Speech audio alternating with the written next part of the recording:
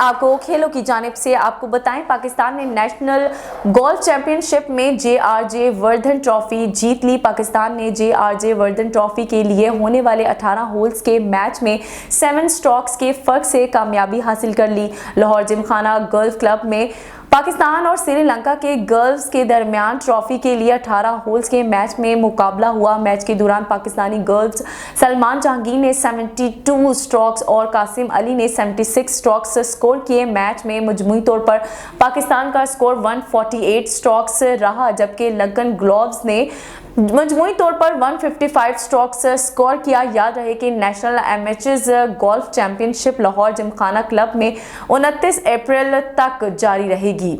भारत में होने वाली एशियन हॉकी चैंपियंस ट्रॉफी में शिरकत के मामले पर पाकिस्तान हॉकी फेडरेशन PHF ने भारत जाने के लिए हुकूमत से इजाज़त तलब कर ली। सेक्रेटरी PHF हैदर हुसैन ने निजी टीवी से गुफ्तगू में बताया कि पाकिस्तान स्पोर्ट्स बोर्ड को NOC के लिए ख़त लिख दिया गया है और एशियन हॉकी फेडरेशन को एंट्री भेज दी गई है।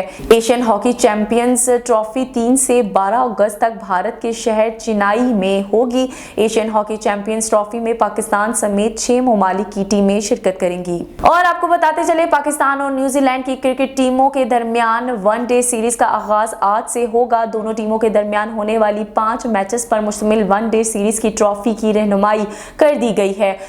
कौमी क्रिकेट टीम के कप्तान बाबर आजम और न्यूजीलैंड के कप्तान टॉम लथम ने ट्रॉफी की रहनुमाई की। वनडे सीरीज का पहला मैच आज रावलपिंडी स्टेडियम में खेला जाएगा।